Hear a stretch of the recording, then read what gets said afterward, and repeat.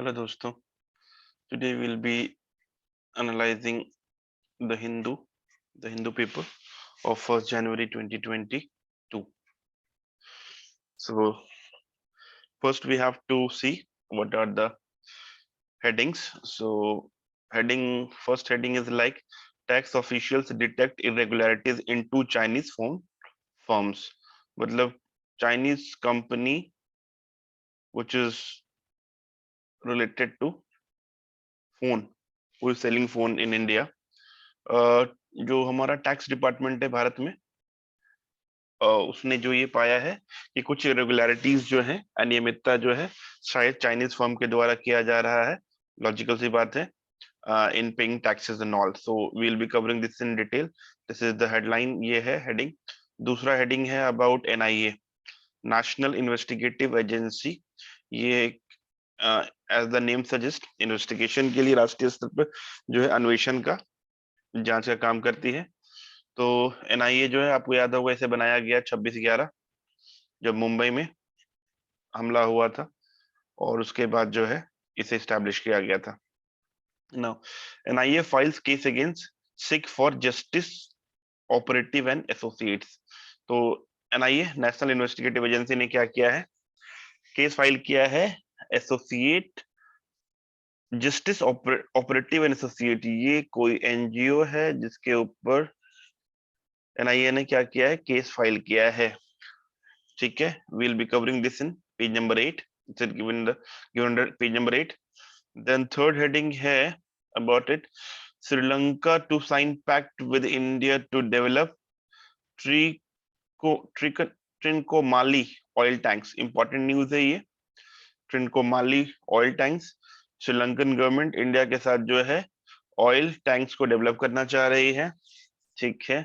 Then fourth heading है Rahul, KL Rahul named India skipper for ODI series in south Africa. जो south Africa में अभी जो है सीरीज, वनडे सीरीज स्टार्ट होने जा रहा है, वनडे इंटरनेशनल ओडीआई सीरीज, उसमें केएल राहुल को कैप्टन बनाया गया है। ये न्यूज है, ये हम पेज नंबर 30 में पढ़ेंगे। और ये ट्रिनकोमाली कीवर्ड है, ट्रिनकोमाली ऑयल टैंक्स, इसे हम डिटेल में पढ़ेंगे पेज नंबर 11 में। तो जैसा कि हम पेज नंबर फर्स्ट में है, तो फर्स्ट पेज में इंपॉर्टेंट है कि हम फर्स्ट पेज में सबसे पहले हेडिंग पढ़ेंगे। क्या क्या हेडिंग है इसे मैं थोड़ा सा हाईलाइट कर दूं ताकि आपके लिए आसान हो जाए। सो फर्स्ट है अबाउट व्हाट, फर्स्ट है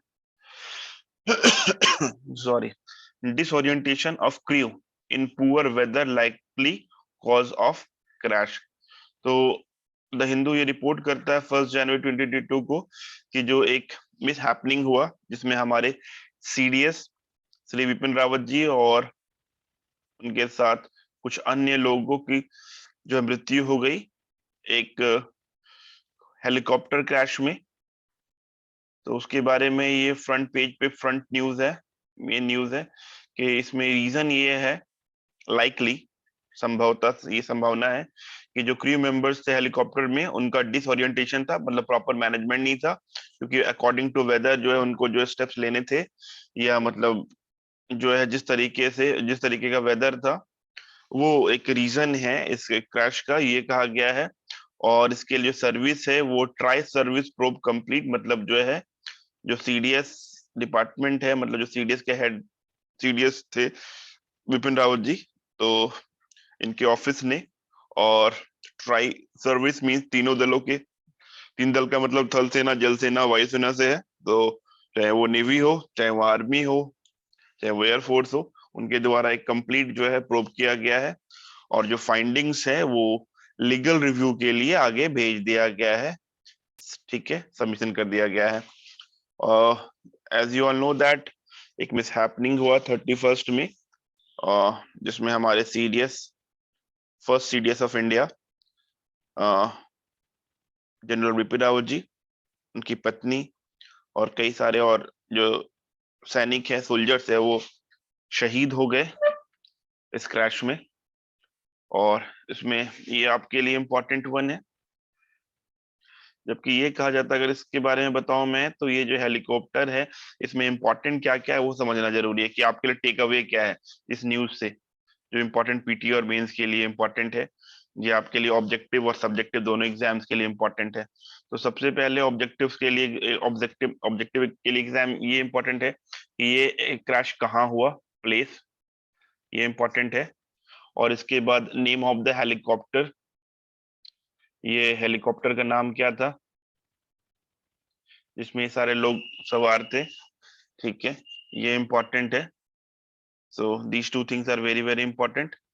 किस और इसके बाद जैसे मैंने कहा प्लेस में, तो वो कौन सा टेरेन था, कौन सा एरिया था, सारी चीजें इंपॉर्टेंट है इसमें।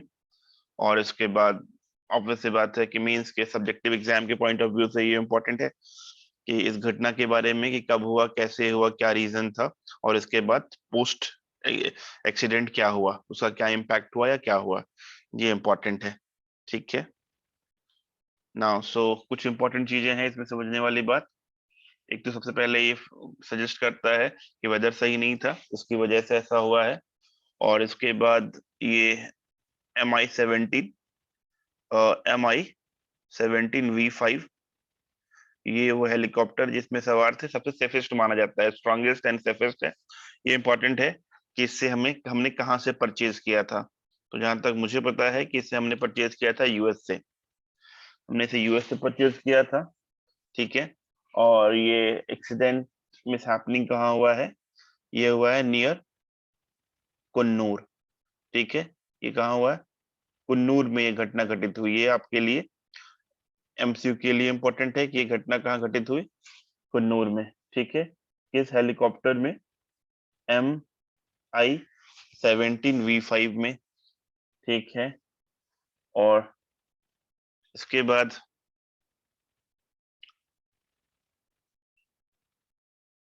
इसमें इंपॉर्टेंट जो एक पर्सन है उसमें सबसे पहले हमारे विपिन रावत जी हैं, स्वर्गीय। और इसके बाद उनकी धर्मपत्नी है। इसके बाद कई सारे जो सैनिक है, सोल्जर्स हैं, वो थे, दे ऑल डाइड। एक सर्वाइवल सिर्फ उसमें जो कमांडर है कॉकपिट का, अ, वो अभी शायद इंजर्ड, वो इंजर्ड है और हॉस्पिटलाइज है, जो अभी तक इंफॉर्मेशन है नाउ। सो और इसके बाद ये कुछ इंपॉर्टेंट इसमें से पॉइंट्स था ऑब्जेक्टिव और सब्जेक्टिव के लिए जो मैंने आपको बता दिया। बाकी एक बार डिटेल में आप भी इसे कवर करेंगे।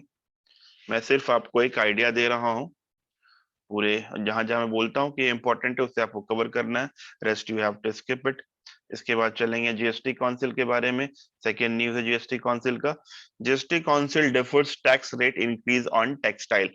मतलब जीएसटी काउंसिल जो गुड्स एंड सर्विसेज टैक्स का जो काउंसिल है उसने क्या किया था, टैक्स बढ़ा दिया था टेक्सटाइल पे। तो पूरे भारत में क्या किया गया, प्रोटेस्ट किया गया। और प्रोटेस्ट को देखते हुए सरकार ने क्या किया है, जो रेट बढ़ाया था, जीएसटी जो उन्होंने बढ़ाया था उसको क्या कर दिया, कम कर दिया, फिर कम कर दिया। तो काफी मतलब ओवरला किया गया, इसे 5% से 12% कर दिया गया था, ठीक है। फिर फाइनली उसी स्टेज पे ले आया गया जहां वो था 5%।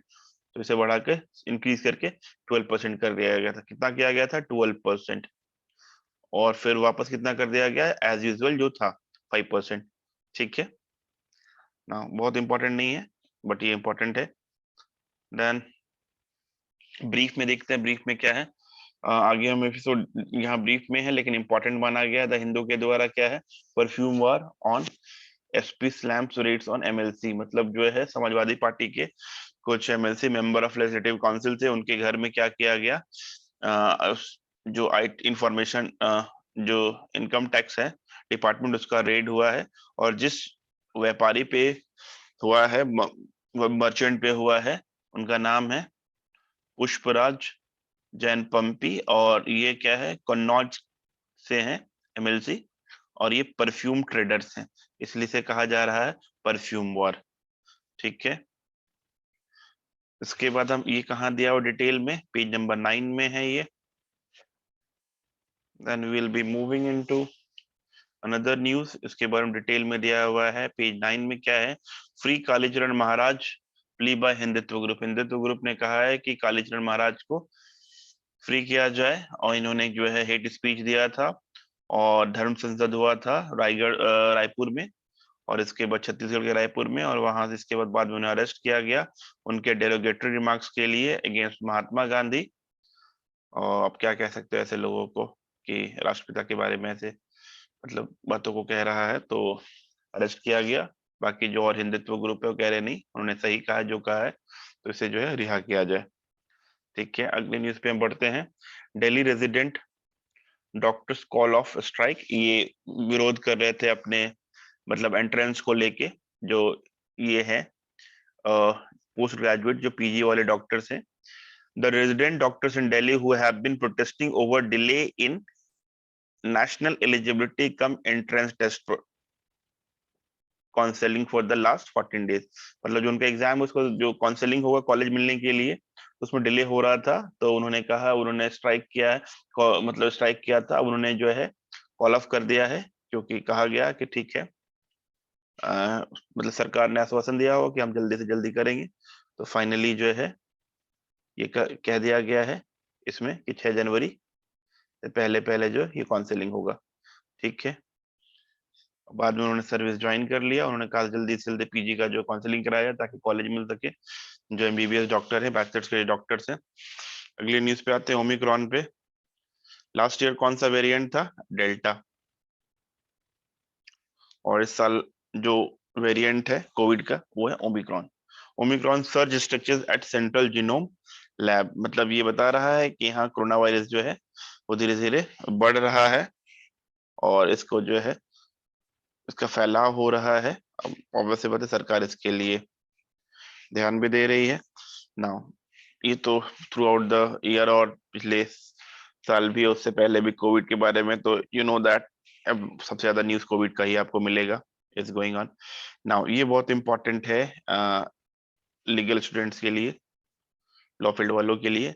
एफसीआरए, एफसीआरए क्या, सबसे पहले हेडिंग है इसका, FCRA licences of NGOs extended by 3 months, मतलब सरकार ने क्या किया है, एफसीआरए लाइसेंस को लेकर एनजीओ को, जो एनजीओ को लेना पड़ता है एफसीआरए लाइसेंस, उसके लिए सरकार ने 3 महीने का टाइम और एक्सटेंड कर दिया। सबसे पहले एफसीआरए क्या है, तो ये फॉरेन से जो पैसा आता है उसको रेगुलेट करने के लिए आपको सरकार से एक लाइसेंस लेना पड़ता है कि आप किससे पैसा ले रहे हो, कितना ले रहे हो, किस अकाउंट में ले रहे हो, किस मोड से ले रहे हो, सारी इन्फॉर्मेशन आपको सरकार को देनी होती है।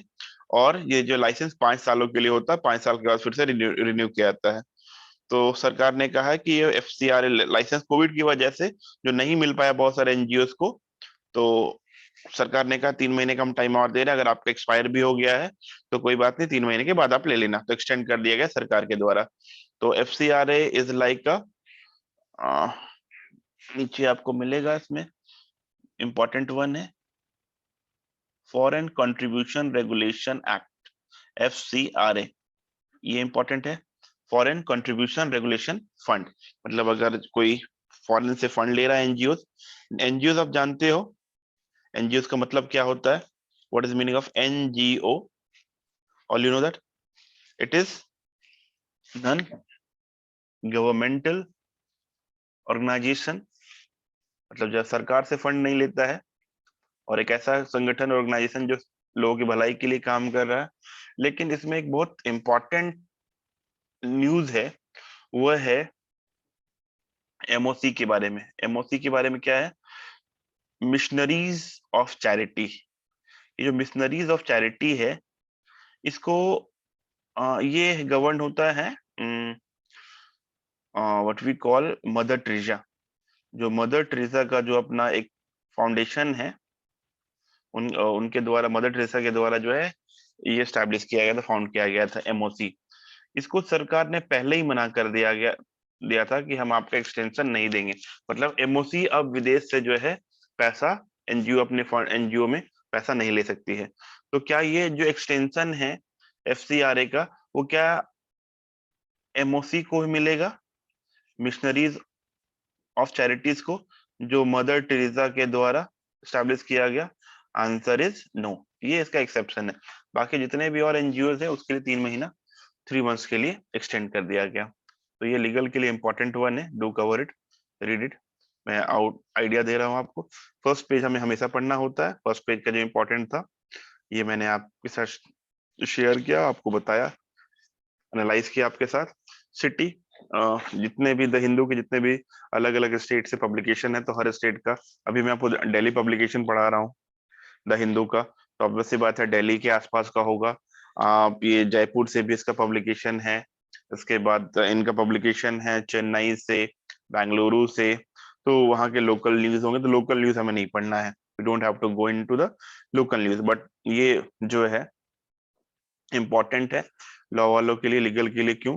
क्योंकि ये स्ट्राइक के बारे में, ये जो रॉइट्स हुआ था दिल्ली में, दिल्ली में रॉइट्स कहाँ हुआ था? तो ईस्ट दिल्ली में हुआ था। ईस्ट दिल्ली में, ईस्ट दिल्ली में जो रॉइट्स हुआ था उसके बारे में ये इंफॉर्मेशन है कि जिस प्रकार से लेथार्जिक होके और जिस प्रकार से पुलिस ने क्या किया, इन्वेस्टिगेशन किया है, वो इन्वेस्टिगेशन सही नहीं किया। और कई बार कोर्ट ने अलग अलग टाइम में बोला है कि भाई प्रॉपर इन्वेस्टिगेशन करे, और कई बार कंडेम्ड भी किया, callous attitude from Delhi police being pulled up for its, see this, what for, callous attitude. मतलब आपने जो है सही तरीके से, लापरवाही से आपने क्या किया है, इन्वेस्टिगेशन किया है। तो इसके लिए सो मेनी टाइम्स जो है कोर्ट्स ने जो है इन्हें डांट लगाई, फटकार लगाई, उसके बारे में इंफॉर्मेशन है। तो किस प्रकार से, हाँ आप कह सकते हो कि भाई जो पुलिसिंग का सिस्टम है, पुलिसिंग एंड इवन जजिंग के बारे में कह सकते हो कि ये इंफॉर्मेशन है और ये इंपॉर्टेंट है आपके लिए, लॉ के बच्चों के लिए। Now then coming to not important one, एक हाई कोर्ट का, एक दिल्ली हाई कोर्ट का एक की जजमेंट है डॉरी डेथ के मामले में। डॉरी डेथ किस आर्टिकल, किस सेक्शन में है, आईपीसी के किस सेक्शन में डॉरी डेथ है? 304 B, perhaps 304 B IPC, dowry death. So dowry death के बारे में ये है कि अगर सेटलमेंट हो जाता है, मतलब इन लॉज के बीच में, इन लॉज फैमिलीज के बीच में, दोनों फैमिलीज के बीच में, हस्बैंड एंड वाइफ साइड, तो एफआईआर को क्वेश करने का, जो वाइफ के साइड से, जो डिसीज्ड वाइफ है उनके साइड से जो कराया गया होगा, उसे क्वेश करने का ये ग्राउंड नहीं है, दिल्ली हाई कोर्ट ने ऐसा बोला है। तो ये भी आपके लिए इंपॉर्टेंट है, डू कवर इट, ये भी आपको कवर करना है, इंपॉर्टेंट वन है। नाउ देन लोकल न्यूज है, इंपॉर्टेंट नहीं है। ये 82 का है, जैसे आप सीआरपीसी में पढ़ते हो, प्रोक्लेमेशन के समन भेजा गया, इसका तो वारंट इशू किया गया, वारंट में भी नहीं आया, तो आप 82 में पढ़ते हो कि प्रोक्लेम किया गया, proclamation requiring the appearance of the accused person, कि भाई देखो summon, summon has been served, summon has been served, आप नहीं आए। समन के बाद वारंट हो गया, आप नहीं आए। अब वारंट के बाद सेक्शन 82 की कार्रवाई हो रही है, जिसे हम कहते हैं प्रोक्लेमेशन, प्रोक्लामेशन। तो ये जो प्रोक्लेमेशन है, आप प्रैक्टिकल में देख लो, न्यूज़पेपर में कैसे इशू होता है, ये इंपॉर्टेंट वन है। ठीक है,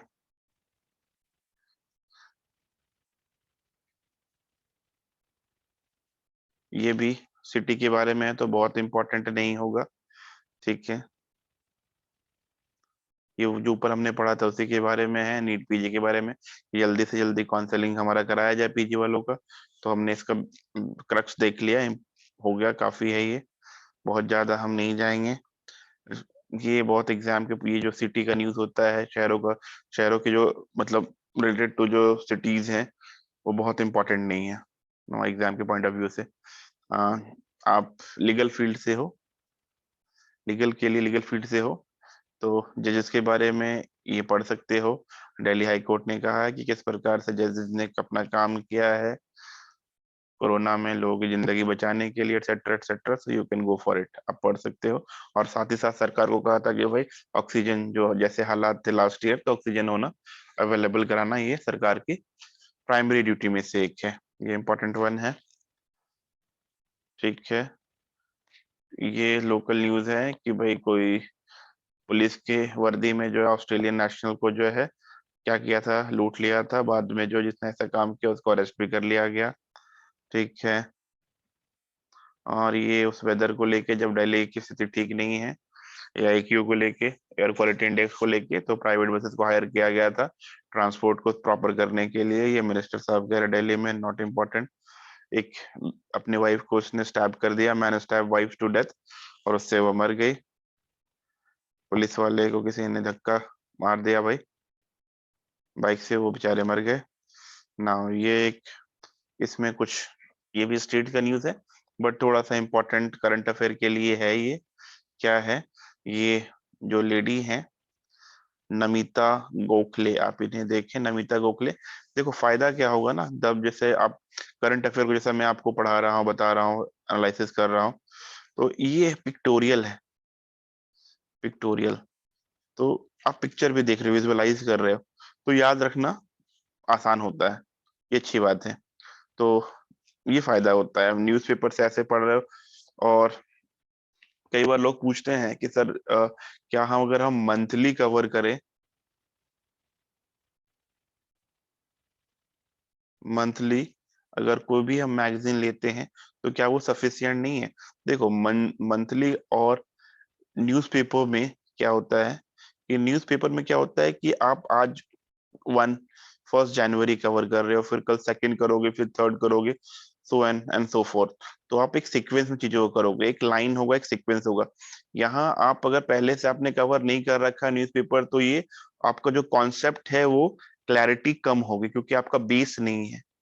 ये आपके बेस को डेवलप करता है कि आप सीक्वेंस में चीजों को पढ़ते हो। तो ये कभी भी सब्स्टिट्यूट नहीं हो सकता है, डेली न्यूज़पेपर का सब्स्टिट्यूट मंथली नहीं हो सकता, ये ध्यान रखें। अगर मजबूरी है कि आपने नहीं किया है, किसी कारण से मिस हो गया था, कुछ हो गया, तब तो अलग बात है कि आपको जो है PD, एक गुड मैगजीन है, मंथली मैगजीन, PD अगर कवर करते हैं तो ठीक है, कवर हो जाएगा।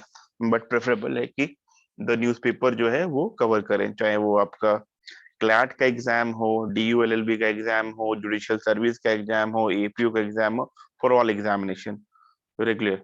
और हार्डली आपको, जैसे मैं एनालाइज कर रहा हूँ, मतलब न्यूज़पेपर एनालिसिस के बाद जो है आपको जो मैं बताता हूँ कि ये इंपॉर्टेंट, एक बार वीडियो आपको देखना है, और उसमें से की पॉइंट जो मैं कहता हूँ इसको पढ़ लेना, that's you have to cover, that's all. तो बहुत ज्यादा भी टाइम नहीं देना है, बस एक अपना रजिस्टर जरूर रखना, जिसमें जो की पॉइंट्स हैं उसको आप लिख लेना। 1 जनवरी, 2 जनवरी, 3 जनवरी, बाद में रिवीजन में आपके लिए बहुत आसान हो जाएगा। तो let's have to this news. ये नमिता गोखले हैं, और नमिता गोखले, इंपॉर्टेंट ये है कि Namita Gokhale why she is in news, first point. तो नमिता गोखले को जो है इस साल का क्या किया गया, साहित्य अकादमी अवार्ड दिया गया, ठीक है, इंग्लिश कैटेगरी में, ठीक है। इंपॉर्टेंट टेक अवे क्या है हमारे लिए, कि ये लेडी कौन है, author Namita Gokhale, why she is in news, this year, this year मतलब जो है 2021 के लिए, 2020 में ही क्या किया गया, उसे साहित्य अकादमी अवार्ड दिया गया। किस कैटेगरी में, इंग्लिश कैटेगरी में।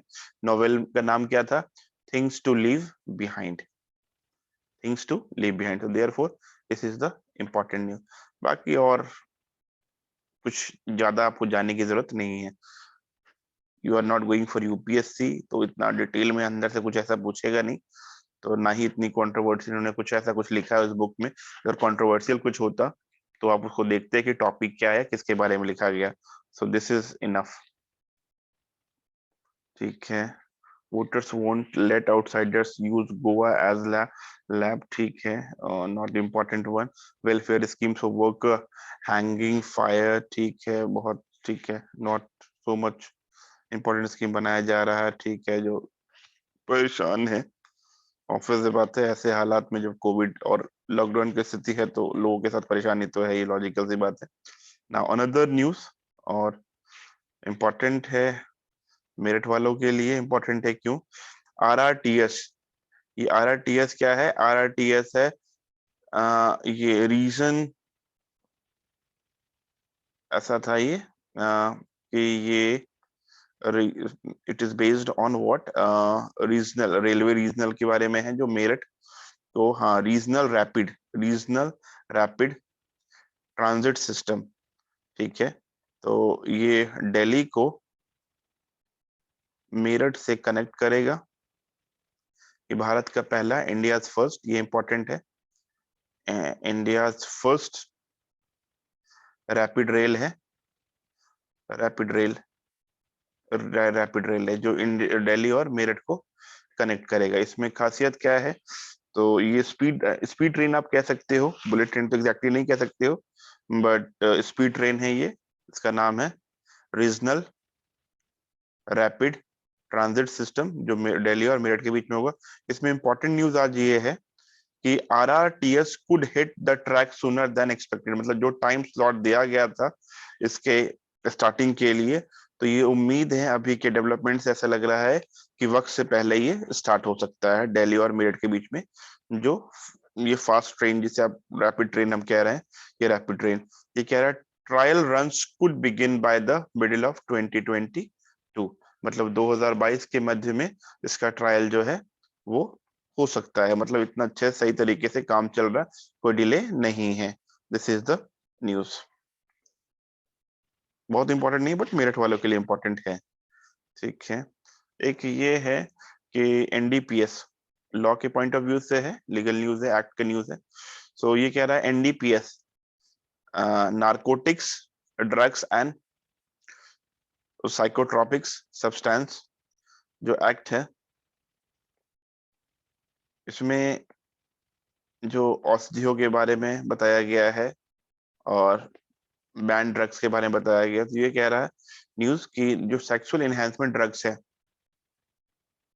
उसको इस कैटेगरी में नहीं रखा गया है। मतलब इसका मतलब है कि NDPS एक्ट में कई सारी चीजों की मनाही है, अफीम है, कई सारे मतलब जो है इस प्रकार के ड्रग्स हैं जो बैंड है, जिसको मना किया जाता है कि इसे जो है आप यूज नहीं कर सकते हो, हमारा आप यूज नहीं कर सकते हैं एक्सेप्ट मेडिसिनल पर्पस। तो उसमें ये कहा गया है कि सेक्सुअल एनहांसमेंट ड्रग्स को इससे बाहर रखा गया। तो ये आप इसे पढ़ सकते हो, एक्ट के बारे में है, इंपॉर्टेंट नहीं है, पॉलिटिकल इंफॉर्मेशन बिल्कुल भी इंपॉर्टेंट नहीं है।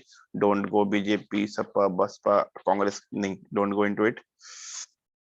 ये भी स्टेट का न्यूज है, ये भी हमें नहीं कवर करना है। थोड़ा बहुत एक आइडिया ले लेना। केरल CM कंडेम्स करता है संघ को, RSS को, कि RSS ने क्रिश्चियन पर अटैक किया, तो वहां का CM जो है वो कह रहा है कि ये सही नहीं। कौन है वहां का CM, ये जान लो। केरल का चीफ मिनिस्टर कौन है? पिनराई विजयन है, पिनराई विजयन। ये वहां की सरकार जो है लेफ्ट की सरकार है। ठीक है, सो उन्होंने, not so important one, heading is fine. Manjhi दिमाग steer the caste pot in Bihar. वहाँ कास्ट, जैसे मैंने पहले भी आपको बताया था कि भाई कास्ट बेस्ड सेंसस 2021 में जो सेंसस स्लॉटेड था वो कोविड की वजह से अभी डिले हो गया है, हर 10 साल के बाद होता है। तो एक डिमांड ये भी है कि कास्ट बेस्ड जो है सेंसस जनगणना की जाए।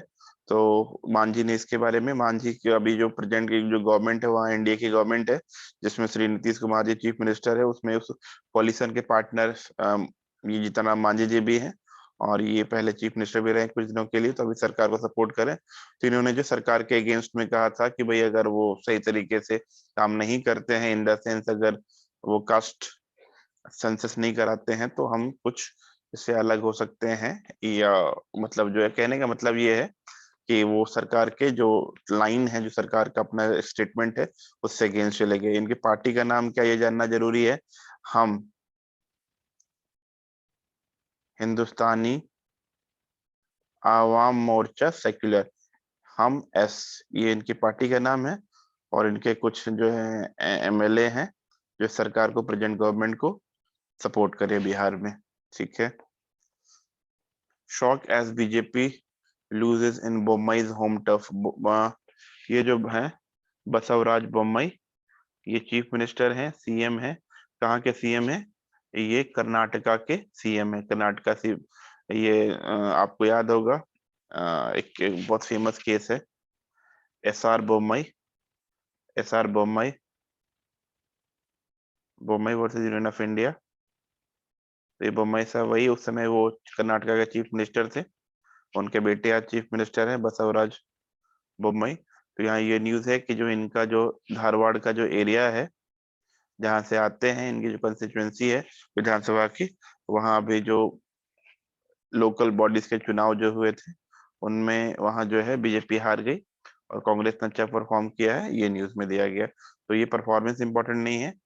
अभी आप बहुत बिगिनर्स हो तो आपको ये पता होना चाहिए कि ये किस चीफ मिनिस्टर, कौन से स्टेट चीफ मिनिस्टर कौन है।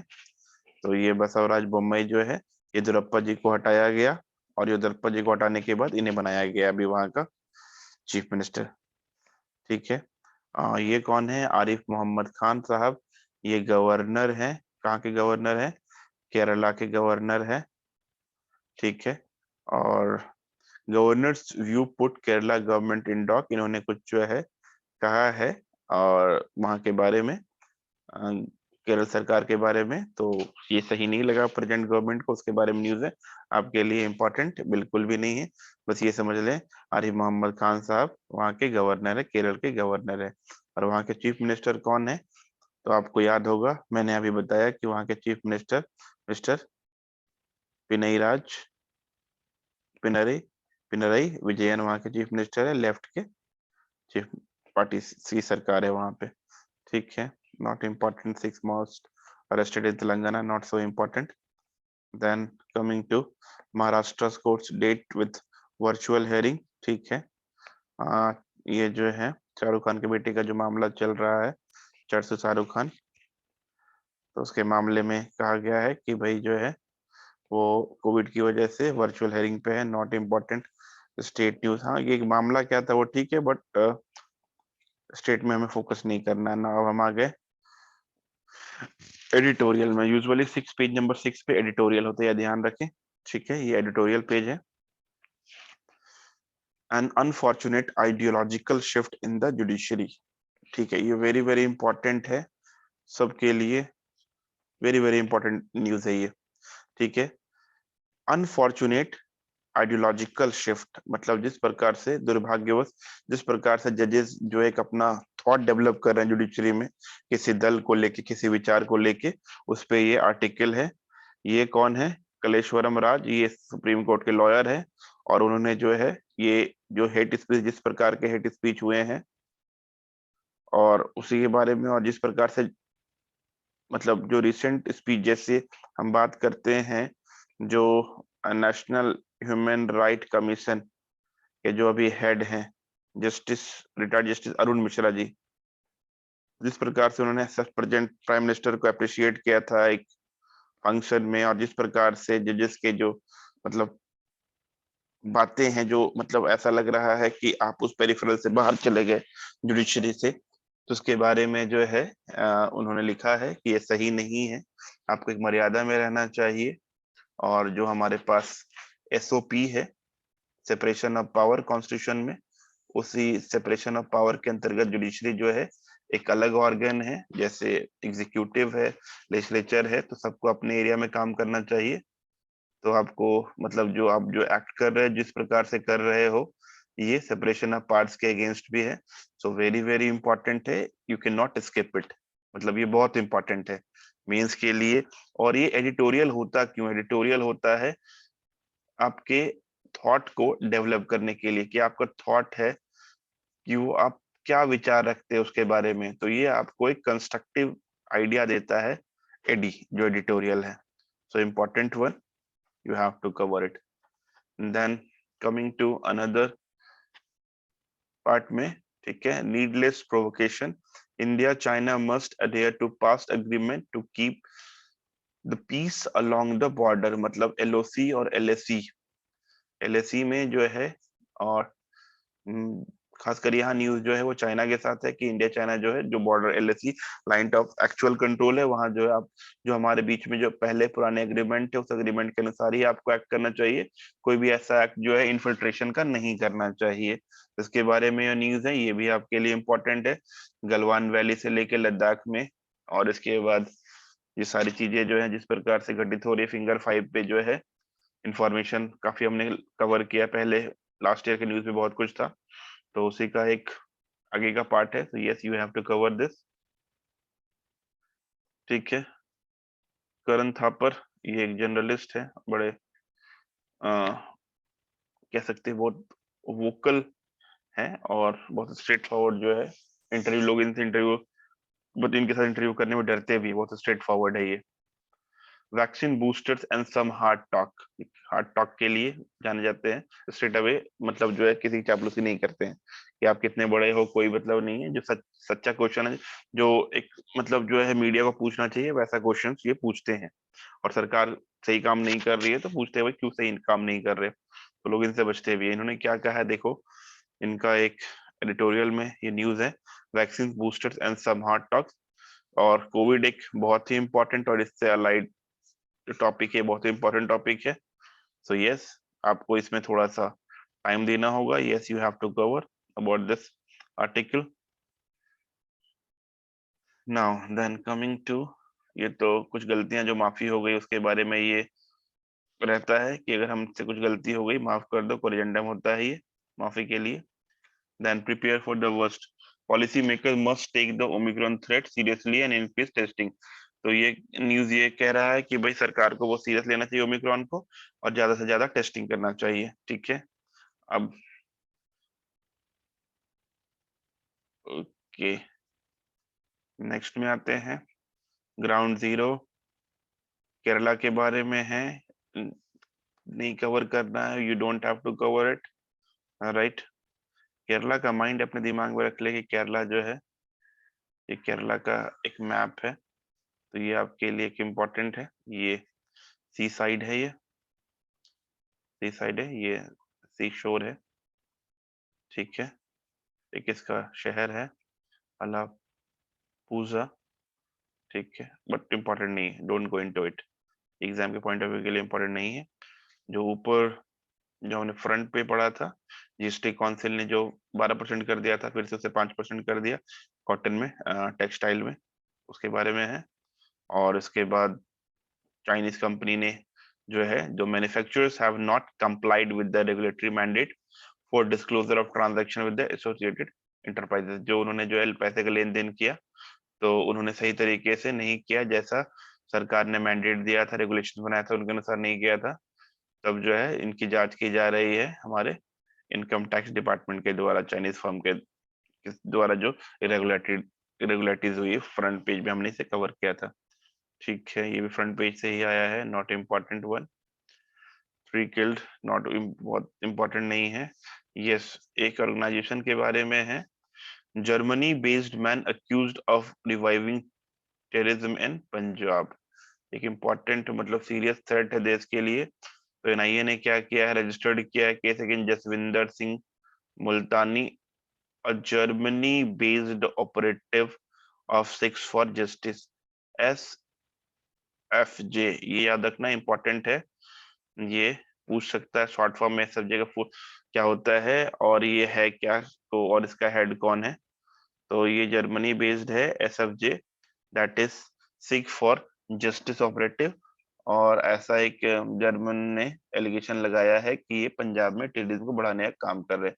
इसी को देखते हुए हमारे एनआईए ने, नेशनल इन्वेस्टिगेटिव एजेंसी ने क्या किया, इनके अगेंस्ट FIR दर्ज किया है।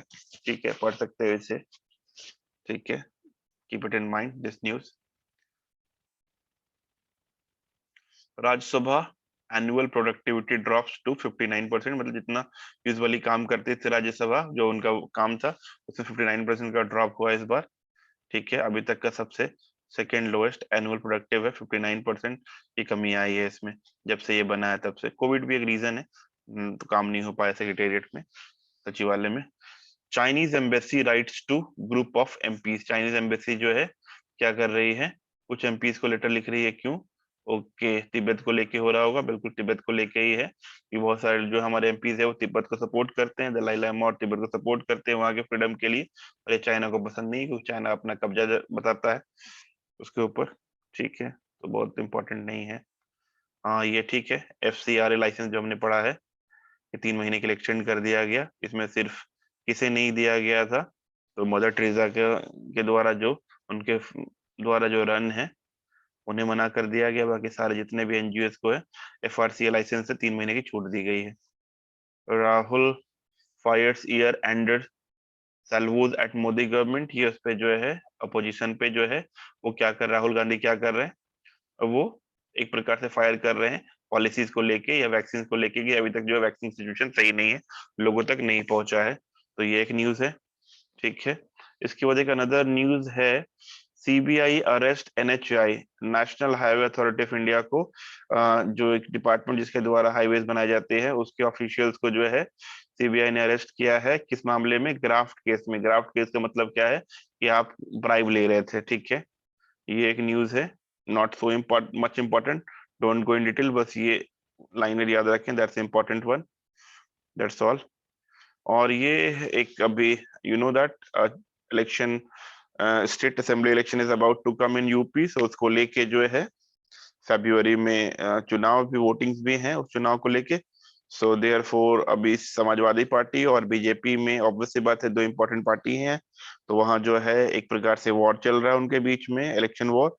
और उसमें जो है परफ्यूम वॉर, एक वर्ड आया परफ्यूम वॉर, अगर आता है, अगर यूपी के एग्जाम में अगर ये आता है तो परफ्यूम वॉर का जो है रिलेशन जो है किस चीज से है कि समाजवादी पार्टी के एक एमएलसी हैं, ठीक है, पुष्पराज जैन, वो तो उनके घर पे जो है किसने, सीबीआई जो है छापा मारा गया है आईटी डिपार्टमेंट के द्वारा, और इनकम टैक्स डिपार्टमेंट ने वहां से बहुत कुछ प्राप्त भी किया है। So this is in news, that's all, इतना ही काफी आपके लिए, don't go in detail.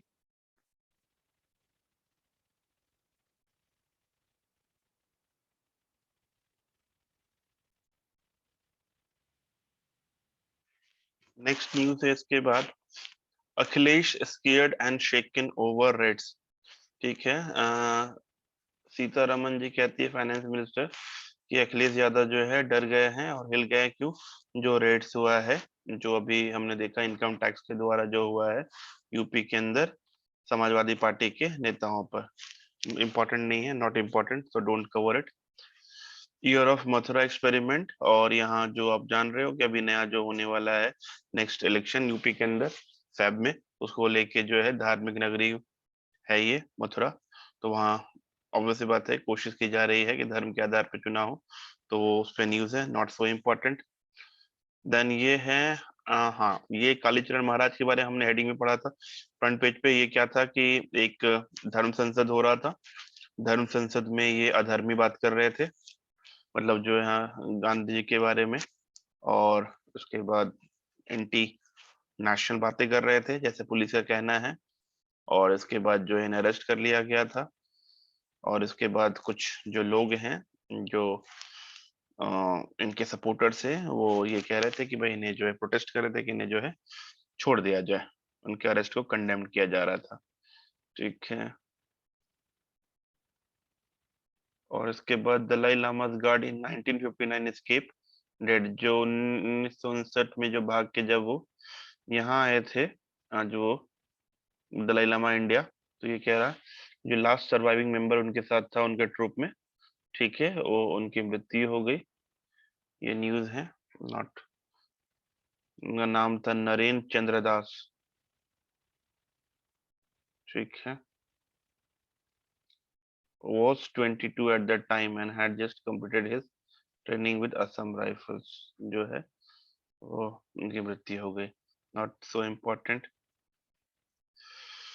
Amid spike center calls for more RATs, ठीक है।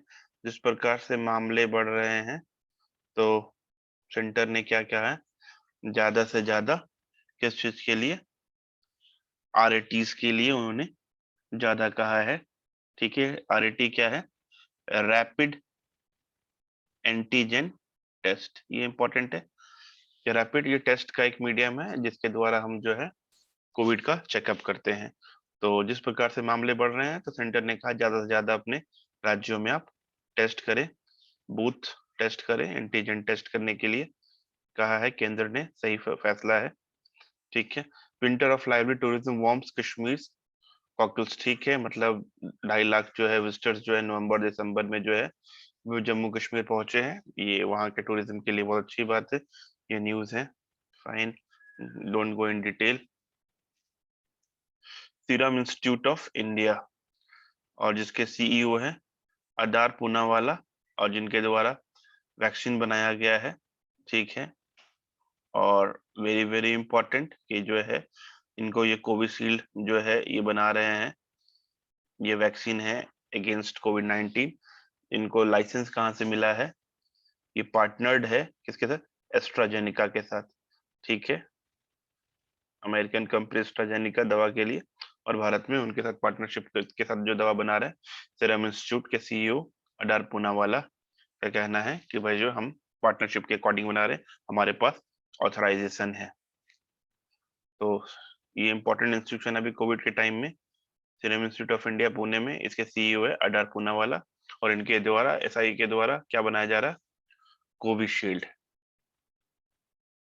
वैक्सीन। ठीक है, हेट स्पीच को लेके एक मुस्लिम बॉडी संगठन जो है, नाम है जमायत उलमाए हिंद, जो है हेट स्पीच को लेके सुप्रीम कोर्ट गई है, सरकार इस पे रोक लगाए, केंद्र सरकार। ठीक है, letter urges president PM to condemn violence incitement, request की गई है जिस प्रकार से हरिद्वार में और दिल्ली में जिस प्रकार से जेनोसाइड की बात की गई है to the Muslims, Indian Muslims के, वो लेके जो है लेटर लिखा गया कि ऐसी चीजें नहीं होनी चाहिए प्रेसिडेंट को और पीएम को, कि वायलेंस को कम किया जा सके। और कुछ नॉट, ये तो इम्पोर्टेंट है ही नहीं सुडोको वगैरह। ओके, हाँ, अब हम आते हैं वर्ल्ड वर्ल्ड न्यूज इम्पोर्टेंट है कुछ, इसमें बेसिक आइडियाज जो है आपको होना चाहिए ऐसे लीगल पॉइंट ऑफ व्यू से। अगर इनके साथ कोई पैक्ट होता है, पार्टनर होता है, एक्सट्रेडिशन होता है, ये इम्पोर्टेंट है। अदरवाइज कुछ इंटरनेशनल रिलेशंस को लेके Biden put in trade warnings over Ukraine, जो यूक्रेन पे जो है कब्जा करना चाह रहा है एक प्रकार से रशिया, वो जो है हमला करके, यू नो दैट, यूक्रेन पे, उसको लेके बाइडेन ने जो है पुतिन को क्या किया है, व्यापार में उसे वार्निंग दिया कि व्यापार फिर आपके साथ हम कम करेंगे, या आप पे उस पे जो है कई तरह के जो है सैंक्शंस इम्पोज करेंगे। जिस प्रकार से रशिया जो है कोशिश कर रहा है यूक्रेन पे हमला करने का और अपने कब्जे में लेने का। ठीक है, ये वो न्यूज है जो ऊपर दिया था, क्या देखो, ट्रिनकोमाली ऑयल टैंक, ट्रिनकोमाली ऑयल टैंक जो है श्रीलंका चाहती है, श्रीलंकन गवर्नमेंट, कि भारत के साथ उसे डेवलप करे। ये वो न्यूज है। श्रीलंका इंपॉर्टेंट है हमारा एग्जाम, जो क्योंकि ये हमारा फॉरेन कंट्री है, ये नेबर कंट्री है, तो ये इसका न्यूज इंपॉर्टेंट है। तो एक बार इसे देख लेना आप, वन से एक बार फ्लिप कर लेना इस न्यूज को, ये कितने कितने का ट्रेड हुआ है, कब तक के लिए है, ये सारी चीजें हैं। उसके बाद नेक्स्ट है 45 जर्नलिस्ट जो है ये मारे गए 2021 में, एक इम्पोर्टेंट न्यूज है। और ये एक वॉचडॉग संस्था एजेंसी जो है, उन्होंने कहा है क्या, a total 45 journalists were killed worldwide in 2021. The Belgium के कैपिटल है Brussels, Brussels based international federation of journalist, IFJ ने, international federation of journalism, IFJ, ये कहाँ है? Brussels, Brussels is the capital of Belgium. तो वहां की एक संस्था ने, इस आईएफजे ने कहा है कि 2021 में 45 journalist were killed, one of the lowest death tolls it has recorded for an year, मतलब सबसे कम मृत्यु हुई है 2021 में, ये कहा गया है। अच्छी बात है कि इस बार कम जो है जर्नलिस्ट मारे गए पूरी दुनिया में, वर्ल्ड वाइड, ये रिपोर्ट किया है किसने? वॉचडॉग का नाम क्या है, ये इंपॉर्टेंट आपके एग्जाम के लिए, इंटरनेशनल फेडरेशन ऑफ, इसे देखें आप बड़े पिक्चर में, international federation of journal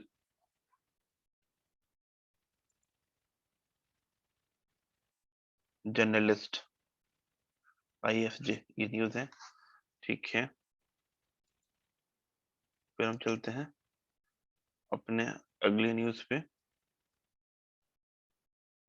south Africa का कहना है 1 जनवरी को कि हमारे यहाँ जो है ओमिक्रॉन जो स्पाइक है, जब जो है कोविड है, ये हमारे पीक पे है। ये अफ्रीका का कहना, साउथ अफ्रीका का कहना था। Pakistan Taliban not so important one. ये बिजनेस इकोनॉमिक्स की बात करते हैं हम, पेज नंबर 12 में, current account slips to deficit in Q2। जो करंट अकाउंट की जो बात है, जो हमारा पैसा जिस पर भारत सरकार का आता है, वो घाटे में है, और जो अभी, क्योंकि जिस प्रकार से कोविड में कॉमर्स बिजनेस थोड़ा कम हुआ है, तो ऑब्वियस सी बात है, तो इससे जो आमदनी है वो कम होगा। सो न्यूज ये है, द करंट अकाउंट डेफिसिट में exceed $25 billion in quarter third, 3 महीने का एक होता है, ठीक है, revealing the full year CAD in financial year 2020 से नायर। अब जो इंडिया बैलेंस ऑफ पेमेंट, जो हमें जब हम कर्ज लेते हैं वर्ल्ड बैंक से या इंटरनेशनल ऑर्गेनाइजेशन से, हमें वो भी देना होता है, तो जब हमारे पास अर्निंग कम होगा तो हमारा EMI जो सरकार का होगा वो भी कम होगा, देने में दिक्कत होगी। तो इसका रीजन ये है कि हमारा जो व्यापार हुआ कोविड में, लॉकडाउन की वजह से वो कम हुआ, जिसकी वजह से जो घाटा है वो डेफिसिट जो है वो ज्यादा बढ़ गया है। Huge widening lies ahead with large merchandise trade deficit in October November में। कम बिजनेस होने की वजह से ऐसा हुआ है। रीजन कोविड है, लॉकडाउन है, this is reason. Core sector output rose 3.1% in November. मतलब जो कोर सेक्टर्स हैं, जो मेन सेक्टर्स हैं कॉमर्स में, जो उसमें ये कह रहा है कि इसके अनुसार कि 3.1% का जो रोज हुआ है वो ऊपर बढ़ा है, और जो है इंक्रीज हुआ है नवंबर में। जैसे कच्चा तेल, क्रूड है, सीमेंट है, ये सारे कोर सेक्टर में आते हैं। तो इसमें जो है रिफाइनरी है, इसमें कोल हो गया, कोयला हो गया, कच्चे तेल हो गए, इसके बाद नेचुरल गैसेस है, रिफाइनरीज है, सीमेंट है, इलेक्ट्रिसिटी है, फर्टिलाइजर है, स्टील है, ये सारा कोर सेक्टर में आता है। इसमें क्या हुआ है, इसका जो है इंक्रीज हुआ 3.1% in November 2021। It is a good one, good news for the government and for all of us. Foreign owned asset in India rose by 37 billion in quarter second। RBI data क्या, RBI reserve bank of India का data है कि जो विदेश पर आधारित जो हमारे पास यहाँ धन है वो सेकेंड क्वार्टर में 37 बिलियन ज्यादा बढ़ गया है, ठीक है। Indian resident overseas financial asset rose by 31.9 billion, ये रिजर्व बैंक का एक स्टेटमेंट है, ठीक है, not very important. Physical deficit narrowed in April to November. अप्रैल से नवंबर में जो वित्तीय घाटा था वो कम हुआ है, मतलब अप्रैल से लेकर नवंबर में, क्योंकि पिछले साल तो बहुत ही खराब था क्योंकि कंप्लीट लॉकडाउन था। तो अप्रैल के बाद से जब चीजें ठीक हुई तो ये कह रहा है कि जो फिजिकल, जो वित्तीय राजकीय घाटा है, वित्तीय घाटा है, उसमें कुछ सुधार हुआ है, ठीक है, अप्रैल से लेकर नवंबर में, फर्स्ट 8 मंथ, ठीक है। CCI, the competition commission of India, CCI orders probe against Apple for unfair practice. मतलब ये एलिगेशंस था कि एप्पल ने अनफेयर प्रैक्टिस किया अपने बिजनेस में, तो उसको लेके जो कंपटीशन कमीशन ऑफ इंडिया है उसने जो है जांच बिठाया है कि इसने क्या गलत काम के, जो एलिगेशंस मिला है एप्पल के अगेंस्ट में। RIL, Reliance India limited, unit to buy UK's Faradion Faradion for 100 million pound. अच्छा, 100 मिलियन पाउंड में जो रिलायंस इंडिया लिमिटेड है, जिसका जो एनर्जी लिमिटेड है RNESL, ये क्या करने वाली है, यूनाइटेड किंगडम्स का फेरोडियन को खरीदने वाली, कितने, 100 मिलियन पाउंड में, ये एक न्यूज है। अक्वायर किया, ठीक है, अक्रीड हो गया अक्वायर करने को, ठीक है, अच्छी बात है, भारत का पोटेंशियल बाहर भी बढ़ रहा है इंडियन कंपनीज का। Then coming to this Life Insurance Corporation unveils digital zone, not very important. Tech Mahindra to buy Allies India Green Investment, ठीक है, ये भी एक इंपॉर्टेंट न्यूज है कि टेक महिंद्रा ने क्या किया है, उसे टू बाय खरीदने वाला है क्या, Allies India Green Investment. Tech Mahindra said it had approved a proposal for the acquisition of 100% stake in Allies India and Green Investment for up to $125 million में, ठीक है। एक्विजिशन जो है ये इसके डिजिटल एक्सपीरियंस सॉल्यूशन को बढ़ाएगा, ठीक है। तो टेक महिंद्रा ने क्या किया, $125 मिलियन में एलाइज इंडिया ग्रीन इन्वेस्टमेंट को खरीदने का प्लान किया है, एक्वायर का। ठीक है, क्या काम करती है, किस चीज की कंपनी है, एलिस इंडिया ग्रीन इन्वेस्टमेंट। देखो ये है digital learning development marketing instructional design engineering cloud और automation analytical technical support services provide करती है। तो ये इसको खरीदने वाला टेक महिंद्रा। ठीक है, then coming to wheat exports jumped to 872 million in April to October। अब अप्रैल से अक्टूबर में जो गेहूं का जो हमारा एक्सपोर्ट है, जो हम विदेश भेजते हैं, एक्सपोर्ट करते हैं, निर्यात करते हैं, वो कितना बढ़ा है, बढ़ के कितना हुआ है, 872 मिलियन डॉलर। और सबसे ज्यादा हम किसे बेच रहे हैं, किसे भेज रहे हैं, बांग्लादेश टॉप डेस्टिनेशन। ये मंत्रालय का कहना है कि सबसे ज्यादा जो हमारा गेहूं है वो कौन खरीद रहा है, सबसे ज्यादा हम भेज रहे हैं, किसे बेच रहे हैं, बांग्लादेश को। ये इंपॉर्टेंट है कि सबसे ज्यादा किसको भेज रहे हैं, it is to Bangladesh. Important news है ये। IRDI tells Go Digit to pull out plan. ठीक है, इडा ने ये जो है IRDI है, ये क्या है, ये insurance regulatory and development authority of India है। और ये इंश्योरेंस संबंधी जितनी भी सारी चीजें, उसको वॉच डॉग संस्था, इंस्टीट्यूशन कह सकते हो। तो उनका ये न्यूज है कि उन्होंने जो है insurance sector regulator IRDI has asked to Go Digit General Insurance to discontinue a product offering life insurance benefit in violation of regulatory norms. मतलब एक जो है ये गो डिजिट जो है, जिस प्रकार से ये बता रहे थे लाइफ इंश्योरेंस के बारे में, वो सही नहीं है। तो इन्होंने इडा ने कहा कि इस प्लान को आप खत्म करो, ये भ्रामक है, ये कंफ्यूजिंग है, so don't run this program, IRDA ने कहा। ठीक है, अब हम आते हैं स्पोर्ट्स में, नॉट इम्पोर्टेंट। कुछ इसमें अवार्ड है, अगर अवार्ड मिला है तो ठीक है, अदरवाइज पढ़ने की जरूरत नहीं है। कोई अगर इंडिया ने सीरीज जीत लिया है, कोई इंपॉर्टेंट इवेंट है, then fine, otherwise not important. ठीक है, ये थोड़ा सा ब्रीफ में आप जिसे देख सकते, जो ब्रीफ में आता है वो देख सकते हो। बाकी और कोई ऐसा कोई खास न्यूज नहीं है।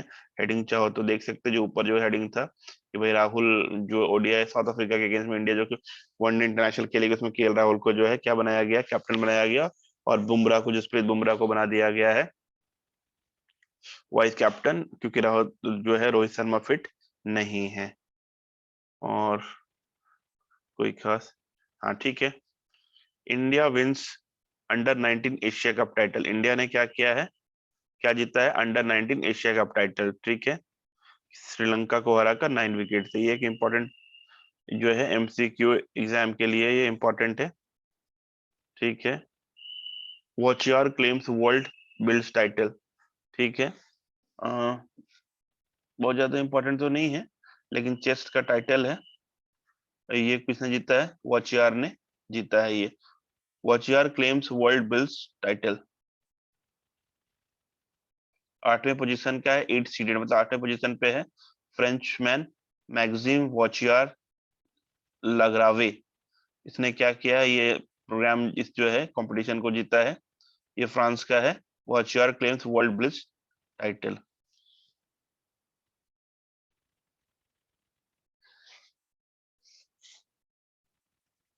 ये देख सकते हो, ये इंपॉर्टेंट है, कैलेंडर ऑफ इवेंट।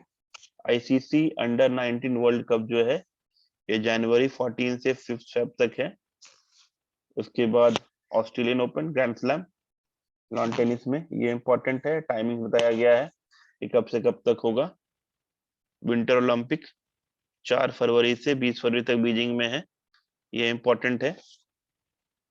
उसके बाद वुमेन्स वर्ल्ड कप 4 मार्च से 3 अप्रैल तक न्यूजीलैंड में होगा, ये भी इंपॉर्टेंट न्यूज आप लोगों के लिए। देन नेक्स्ट वन इज, इस साल में IPL अपने टाइम पे अप्रैल में होता है। फ्रेंच ओपन मई में होगा, मई से जून में होता है फ्रेंच ओपन। रोलैंड गैरोस जिसे कहते हैं, देख सकते हो लिखा हुआ रोलैंड गैरोस फ्रेंच ओपन, और इसे कहते हैं रोलैंड गैरोस भी कहते हैं। ठीक है, देन विंबलडन, ये भी ग्रैंड स्लैम है लॉन टेनिस का, ये लंदन में होता है, मतलब यूनाइटेड किंगडम में। ये भी जून में होता है, जून से जुलाई में, ये भी अपने टाइम पे होगा। ये एक टाइमिंग दिया हुआ है कि कब कब क्या क्या होता है, तो ये ठीक है, कैलेंडर आपके लिए जानने के लिए, इंफॉर्मेशन के लिए ठीक है, गुड वन है। और सबसे लास्ट में अमेरिकन ओपन होना चाहिए साल के अंत में। अमेरिकन ओपन होता है, ये ऑस्ट्रेलियन ओपन अभी जनवरी में हो गया। इसके बाद फिर फ्रेंच ओपन होता है, फ्रेंच के बाद विंबलडन है, और विंबलडन के बाद लास्ट 4 ग्रैंड स्लैम टाइटल है, उसमें लास्ट में है अमेरिकन ओपन। तो एक बार देख लो, आपको अमेरिकन ओपन भी मिलना चाहिए लास्ट के। यूएस ओपन, हाँ ये यूएस ओपन, अमेरिकन ओपन ये लास्ट में होता है, साल के अंत में होता है। ठीक है। आईसीसी मेंस वर्ल्ड कप 2020 जो है ये कब होगा? अक्टूबर 16 से नवंबर 13 तक ऑस्ट्रेलिया में। ये भी इम्पोर्टेंट है, इम्पोर्टेंट वन है, तो इसको आप कैलेंडर को याद रखना, ये इम्पोर्टेंट वन है आप लोगों के लिए। ठीक है। और इसके बाद फीफाज, हाँ फीफा वर्ल्ड कप जो 2022 ये सबसे इम्पोर्टेंट इवेंट है पूरे साल का, कतर में होगा। कतर में फीफा वर्ल्ड कप 2022 कतर में, नवंबर 21 से दिसंबर 18 तक। कब होगा? नवंबर 21 से दिसंबर 18, क्योंकि ऑब्वियस सी बात है गर्मियों के टाइम में नहीं हो सकता है, क्योंकि अब गर्मियां बहुत होती है गल्फ कंट्री में, इस वजह से ये सर्दी में है। ठीक है। और इसके बाद नेक्स्ट इवेंट, नहीं कोई इंपॉर्टेंट नहीं है आपके लिए, don't you have to time waste नहीं करना है इन चीजों में जो आपके लिए इंपॉर्टेंट ना हो। फाइन। ब्रीफ में चाहो तो आप देख सकते हो, इन ब्रीफ में जो न्यूज है you can go with this, otherwise not so important. ये weekend sports not important. Sports में तो आपको बिल्कुल ही टाइम देने की जरूरत नहीं है, कभी कुछ बहुत इंपॉर्टेंट हो तब कर सकते हो, अदरवाइज जस्ट स्किप इट, इतना टाइम देने की जरूरत नहीं है। ठीक है। तो आज के लिए इस वीडियो में इतना ही। और किसी आज हमने जनवरी का एनालिसिस किया द हिंदू का, और इसके बाद फिर कल मैं करूंगा 2 जनवरी का, 2 जनवरी 2022 का, और एक वीडियो बनाऊंगा जिसमें बताऊंगा कि हमें हिंदू में द हिंदू में क्या पढ़ना चाहिए, कौन कौन सा पार्ट इम्पोर्टेंट है। ये भी मैं किसी दिन आपको बना के आपके साथ शेयर करूंगा। तो आज के लिए इतना ही। Thank you.